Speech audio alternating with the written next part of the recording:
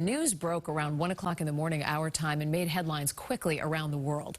CBS's senior foreign affairs correspondent and moderator of Face the Nation, Margaret Brennan, joins us now live. Margaret, thanks for being with us. What are you hearing about the president and his condition?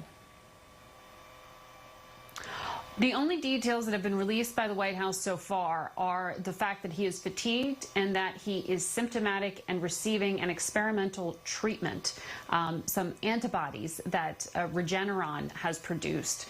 So we know the president is sick, not just positive with coronavirus. The White House continues to describe his state as just mildly symptomatic, but this will be watched and scrutinized over the coming days. We are hearing that he has a fever.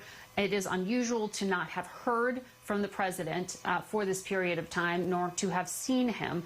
The last we heard was via a tweet at 1 o'clock in the morning when the president confirmed his positive diagnosis.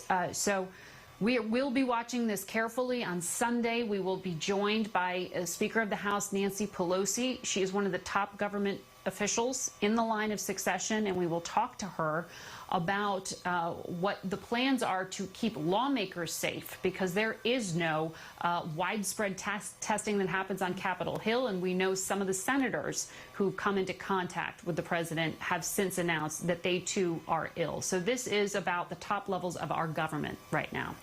Margaret, the president has kept up such a vigorous schedule now for months. Do we have any sense what this diagnosis means for his campaign before the election, which is now just weeks away?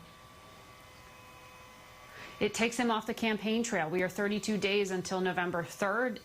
Being physically on the trail at those rallies is something that is hugely important to President Trump. And so this takes him out of the running in that physical sense. Vice President Pence may be able to pick up some of those events, but he also has to be concerned with governing, because the vice president has to be ready to step in should the president become more ill. At this point, again, we are told he's only mildly symptomatic. And so this is a great deal of uncertainty. It's one of the things we'll be talking about with Speaker Pelosi. We're also keeping an eye on what's happening on the campaign trail, given the advanced age as well of the Democratic nominee, Joe Biden, who has revealed he tested negative, as has Senator Kamala Harris. But they were on that debate stage, Joe Biden and Donald Trump, earlier this week. And we want to make sure that through contact tracing that there wasn't wider exposure. At this point, it appears the Democratic nominee is still healthy. Margaret Brennan, host of Face the Nation. Margaret will be watching on Sunday. Thanks for being with us.